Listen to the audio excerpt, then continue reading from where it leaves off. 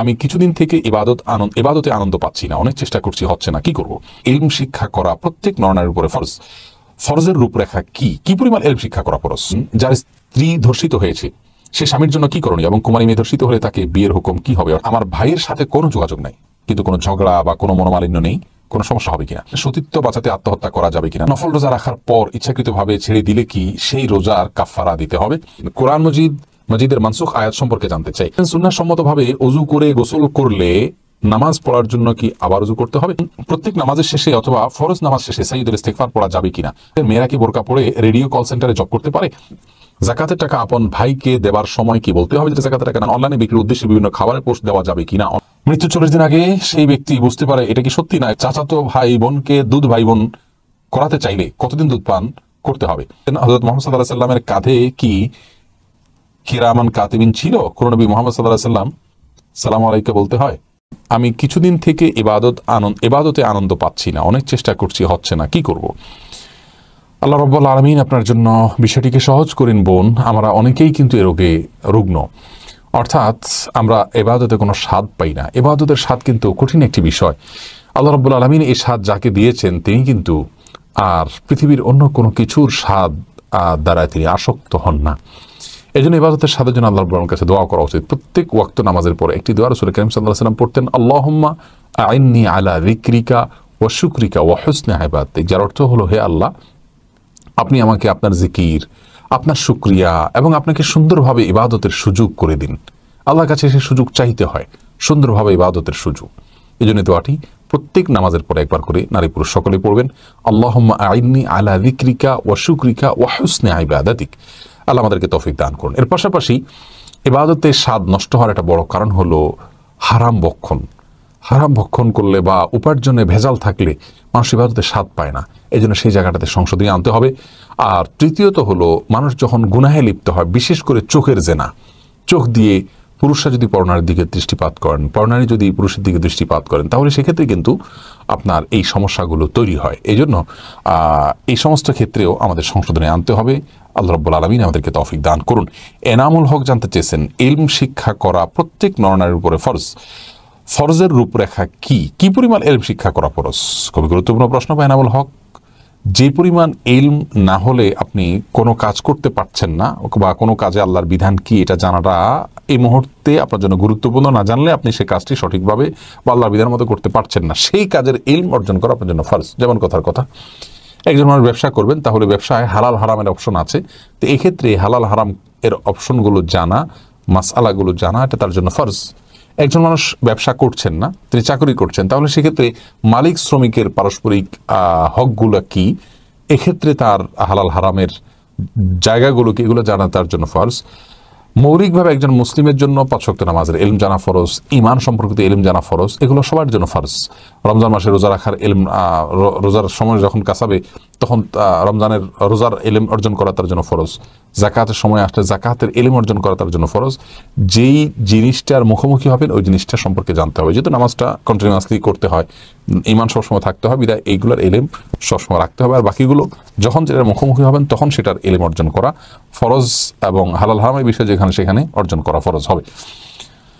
এরপরে শরীফ মোহাম্মদ তানভীর জানতে চেয়েছেন, যার স্ত্রী ধর্ষিত হয়েছে সে স্বামীর জন্য কি করণীয়, এবং কুমারী মেয়ে ধর্ষিত হলে তাকে বিয়ের হুকুম কি হবে? অর্থাৎ মুমিন মুত্তাকি শুধুমাত্র মুমিনদের জন্য এই আয়াত কি এখানে প্রতিফলিত হবে? না, এটা এখানে প্রতিফলিত তো প্রশ্ন নাই। ধর্ষিত নারীর তো কোনো দোষ নেই, সে বেচারি তো মাজলুমা। অতএব তাকে বরং যদি কেউ বিয়ে করেন তিনি সওয়াব লাভ করবেন।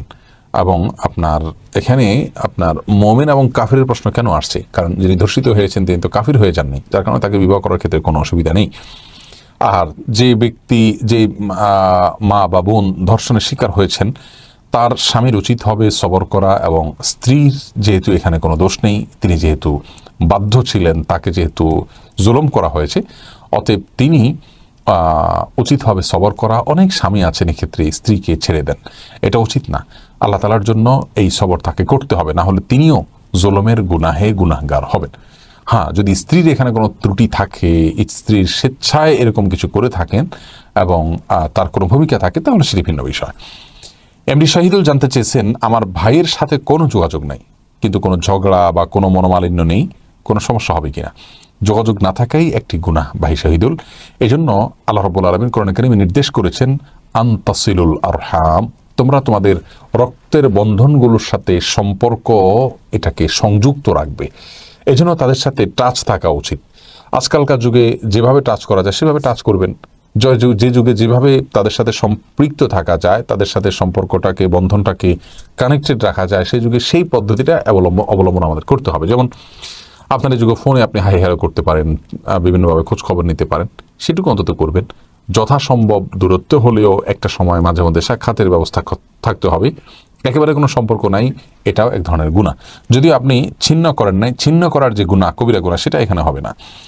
এমনি আসাদুজ্জামান আপনি জানতে চেয়েছেন সতীত্ব বাঁচাতে আত্মহত্যা করা যাবে কিনা। না ভাই আমার, কোনোভাবেই সতীত্ব বাঁচাতে আত্মহত্যা কোনো অবস্থাতেই করা যাবে না।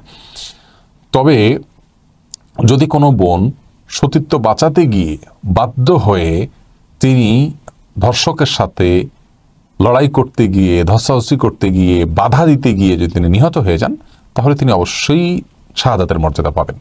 কিন্তু নিজে থেকে আত্মহত্যা কার্য করা তার জন্য জায়েজ নেই, বরং তিনি সবর করবেন, আল্লাহ রাব্বুল আলামিন এর কাছে আশ্রয় চাইবেন।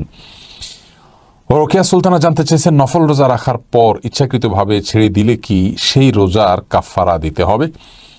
নফল রোজা রাখার পর যদি আপনি ছেড়ে দেন, তাহলে সেক্ষেত্রে সে রোজার কাফারা তো দিতে হবে না, কিন্তু কাজা করতে হবে কিনা, অর্থাৎ সে রোজার পরিবর্তে আরেকটা রোজা রেখে দিতে হবে কিনা, এ বিষয়ে ইমাম আবু হানিফা রাহিমাহুল্লাহর দৃষ্টিভঙ্গি হলো আরেকটা রোজা রেখে দিতে হবে। কারণ আল্লাহ রাব্বুল আলামিন কোরআনে বলেছেন লা তুবতিলু আমালাকুম, তোমরা তোমাদের আমলকে নষ্ট করে দিও না, অর্থাৎ আমল শুরু করলে সেটাকে বাতিল করা যাবে না। আপনি বাতিল করে দিয়েছেন বিধায় এটাকে আপনার রাখতে হবে। আপনি রাখার আগ পর্যন্ত আপনার জন্য সুন্নাত ছিল, নফল ছিল, যখন রেখে ফেললেন, শুরু করলেন, তখন সেটা পরিপূর্ণ করা আপনার জন্য আবশ্যক। আর অন্যান্য অনেক ইমামের মতে নফল ইবাদত যদি ভেঙে ফেলে সেটা কাজা করা জরুরি নয়, কারণ সেটি নফল ঐচ্ছিক, যার কারণে সেটা পরিপূর্ণ করতে হবে না। মোশাররফ হোসেন আপনি জানতে চেয়েছেন কোরআন মজিদের মানসুখ আয়াত সম্পর্কে জানতে চাই। কোরআন কারীমের বহু আয়াত মানসুখ হয়েছে, এটাকে অস্বীকার করবার কোনো সুযোগ নেই। মনে রাখা উচিত যে কোরআনে কারীমের আয়াত এর মানসুখ হওয়ার বিষয়টি আল্লাহ নিজেই বলেছেন, মা নানসাখ মিন আয়াতিন আও নুনসিহা। এই আয়াতের ব্যাখ্যায় কেউ কেউ বলেন এটা ইহুদিদেরকে বলা হয়েছে, আপনার ইহুদিদেরটা আল্লাহ তাআলা রহিত করে কোরআন সেখানে রিপ্লেস করেছেন, সেটি বলেছেন। মূলত এরকম আরো বহু আয়াত রয়েছে এবং অনেক নুসখের ঘটনা কোরআনে কারীমে ঘটেছে। দুই রকম, মানসুখ এবং নাসিখ, রহিত হয়ে গেছে এবং রহিতকারী পরবর্তী নির্দেশনা, দুইটাই কোরআনে বলবৎ আছে, এরকমও আছে বহু, যার কারণে এটাকে অস্বীকার করবার কোনো সুযোগ নেই। তবে এটা সম্পর্কে বিস্তারিত আলোচনায় সংক্ষিপ্ত পরিসরে করা কঠিন। এরপরে মামুন জানতে চেয়েছেন সুন্নাহ সম্মতভাবে অজু করে গোসল করলে নামাজ পড়ার জন্য কি আবার অজু করতে হবে? কোরআন হাদিসের আলোকে উত্তর চাই। সুন্নাহ সম্মতভাবে যদি একবার অজু করা হয়, অজু করার পর যদি গোসল করা হয়, তাহলে সেক্ষেত্রে নামাজ পড়ার জন্য আর আলাদা অজু করার দরকার না, যদি অজু থাকে। কারণ সুন্নাহ সম্মত গোসলের জন্য তো শুরুতে অজু করতেই হচ্ছে, যার কারণে ওইটাই যথেষ্ট হয়ে যাবে। এরপরে ফারজানা লিমা জানতে চেয়েছেন প্রত্যেক নামাজের শেষে অথবা ফরজ নামাজ শেষে সাইয়্যিদুল ইস্তিগফার পড়া যাবে কিনা? আপনি পড়তে পারেন, মাঝে মধ্যে পড়েন, মাঝে মধ্যে পড়েন না, এটা আপনার বিষয়, কিন্তু আপনাকে সাইয়্যিদুল ইস্তিগফার প্রত্যেক নামাজে পড়ার জন্য নির্দেশ দেওয়া হয়নি। এটাকে নিয়ম বানিয়ে নেওয়া, এটা সম্পূর্ণ আপনার নিজের জন্য আপনি করতে পারেন আল্লাহ রাব্বুল কাছে ক্ষমা চেয়ে। কিন্তু মনে রাখতে হবে এরকম কোনো কাজ আপনাকে রাসূল আকরাম সাল্লাল্লাহু আলাইহি ওয়াসাল্লাম করতে নির্দেশ করেননি, যার কারণে এটা সুন্নাহ নয়, এটি আপনার ঐচ্ছিক ব্যাপার। সকাল সন্ধ্যায় সাইয়্যিদুল ইস্তিগফার পড়ার জন্য আমাদেরকে নির্দেশ করা হয়েছে। এরপরে হাফসা আখতার আপনি জানতে চেয়েছেন মেয়েরা কি বোরকা পরে রেডিও কল সেন্টারে জব করতে পারে? যদি পরিপূর্ণ পর্দা পুরুষদের সাথে কাজ করতে পারে এবং কোনো প্রকার ফিতনার আশঙ্কা না থাকে, পরপুরুষের সাথে আপনার কোমল কণ্ঠে কথা বলতে না হয়, অন্যের ফিতনার কারণ না হয়, তাহলে সেক্ষেত্রে সব শর্তগুলো মেনে তিনি করতে পারবেন যদি তার প্রয়োজন হয় একান্ত। মাহমুদ আক্তার অঞ্জু আপনি জানতে চেয়েছেন জাকাতের টাকা আপন ভাইকে দেবার সময় কি বলতে হবে? যেটা জাকাতের টাকা না, মোটেও বলতে হবে না। আপনি জাকাতের টাকা নিয়ত করে দিলেই জাকাত হয়ে যাবে, তিনি জাকাতের হকদার হন। চাঁদনি আক্তার সাথে জানতে চেয়েছেন অনলাইনে বিক্রির উদ্দেশ্যে বিভিন্ন খাবারের পোস্ট দেওয়া যাবে কিনা? অনলাইনে বিক্রির উদ্দেশ্যে বিভিন্ন খাবারের পোস্ট দেওয়া যাবে, কোনো অসুবিধা নেই। মৃত্যুর 40 দিন আগে সেই ব্যক্তি বুঝতে পারে এটা কি সত্যি না এগুলা মন গড়া কথাবার্তা। মৃত্যুর আগে কেউ বুঝতে পারে না তার কার কখন মৃত্যু হবে। রুমেল জয়পুরহাট আপনি আইডি থেকে জানতে চেয়েছেন চাচাতো ভাই বোনকে দুধ ভাই বোন করাতে চাইলে কতদিন দুধ পান করতে হবে?